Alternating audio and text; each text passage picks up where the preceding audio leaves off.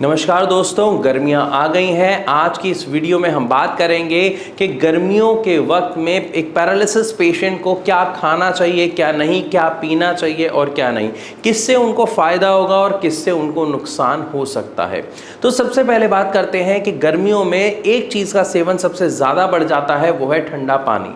तो यहाँ पर एक सवाल उठता है जो बहुत सारे पेशेंट भारत होम्योपैथी में जब वो आते हैं तो हमारे डॉक्टर से पूछते हैं कि क्या वो ठंडे पानी का सेवन कर सकते हैं, क्योंकि उन्हें बहुत गर्मी लग रही होती है, घबराहट होती है, स्वेटिंग हो रही होती है। तो ध्यान से समझिए कि ठंडे पानी का सेवन अगर एक पैरालाइज पर्सन यानी लकवे का मरीज करता है तो ये उसकी समस्या बढ़ा देता है, क्योंकि शरीर में जो मसल्स हैं, जो उसमें ऐंठन आ रही है यानी जो कॉन्ट्रैक्शन हो रही है, जो स्पास्टिसिटी है वो बढ़ जाती है। इसी के साथ साथ आपके डाइजेशन को भी वो डिस्टर्ब करता है और गला खराब होने के चांसेस काफ़ी ज़्यादा बढ़ जाते हैं। लेकिन अगर वो ठंडा पानी ना पिए तो क्या पिए, क्योंकि नॉर्मल टेम्परेचर पर जो पानी होता है उसे पीकर प्यास नहीं बुझती है।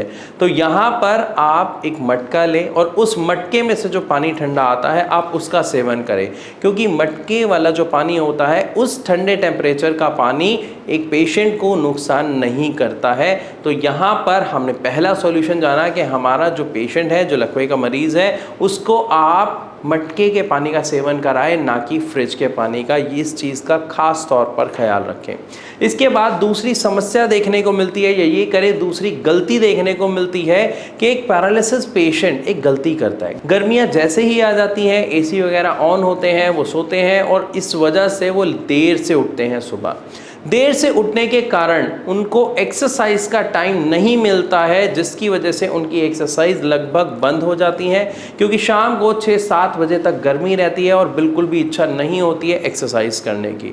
और एक्सरसाइज ना करने की वजह से बॉडी में ऑलरेडी स्पास्टिसिटी है यानी अकड़न है, वो और ज़्यादा बढ़ती जाती है और पेशेंट को तकलीफ का सामना ज़्यादा करना पड़ता है। इसी के साथ साथ एक और समस्या का सामना एक लकवे के मरीज को गर्मियों में खास तौर पर करना पड़ता है कि उनके शरीर में कमजोरी आ जाती है। लेकिन आपको समझना यह है, ऐसा नहीं है कि सिर्फ एक पैरालिसिस पेशेंट को ही कमजोरी फील होती है। आप हम सबको भी कमजोरी महसूस होती है गर्मियों में। क्यों?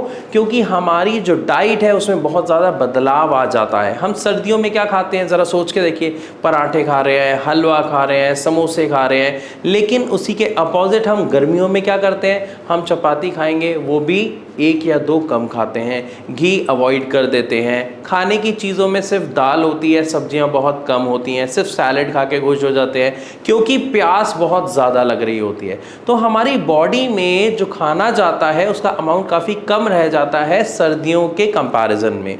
इसीलिए एक व्यक्ति को गर्मियों में थकान ज़्यादा होती है, थकावट ज़्यादा होती है, कमज़ोरी ज़्यादा महसूस होती है। और अगर यही बात करते हैं हम एक पैरालिसिस पेशेंट की, तो उसको ये थकान, ये कमज़ोरी हम आपसे कहीं ज़्यादा महसूस होती है।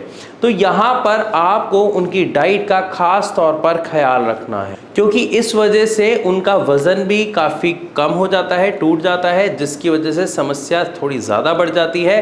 तो यहाँ पर आपको खास तौर पर ध्यान रखना है कि आप उनकी डाइट में दूध का जो सेवन है वो बढ़ा दीजिए। दूध आप अलग अलग टाइप से उनको दे सकते हैं, कभी कुछ उसमें डाल के दे सकते हैं, कभी खीर के रूप में दे सकते हैं, ताकि उनकी जो कमज़ोरी है वो उनके अंदर ना आए, क्योंकि दूध को एक कंप्लीट फूड माना जाता है।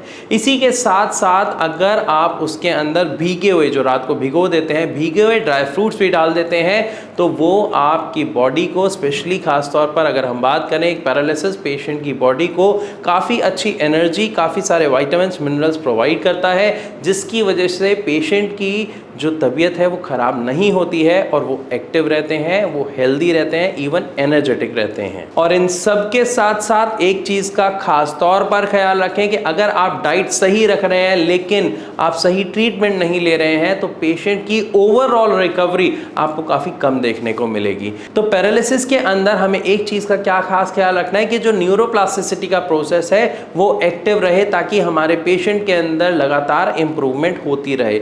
उसके लिए आपको एक सही ट्रीटमेंट की ज़रूरत है। इसके बारे में अधिक जानकारी के लिए आप नीचे दिए गए नंबर पर कॉल करके भारत होम्योपैथी के डॉक्टर्स से बात कर सकते हैं या फिर कमेंट के द्वारा आप अपने सवाल हम तक पहुंचा सकते हैं। मैं आशा करता हूं वीडियो आपको अच्छी लगी होगी। अगर हाँ तो इसे ज़्यादा से ज़्यादा लाइक करें, ज़्यादा से ज़्यादा शेयर करें। ऐसी और वीडियोज़ के लिए हमारे चैनल को सब्सक्राइब करना बिल्कुल ना भूलें।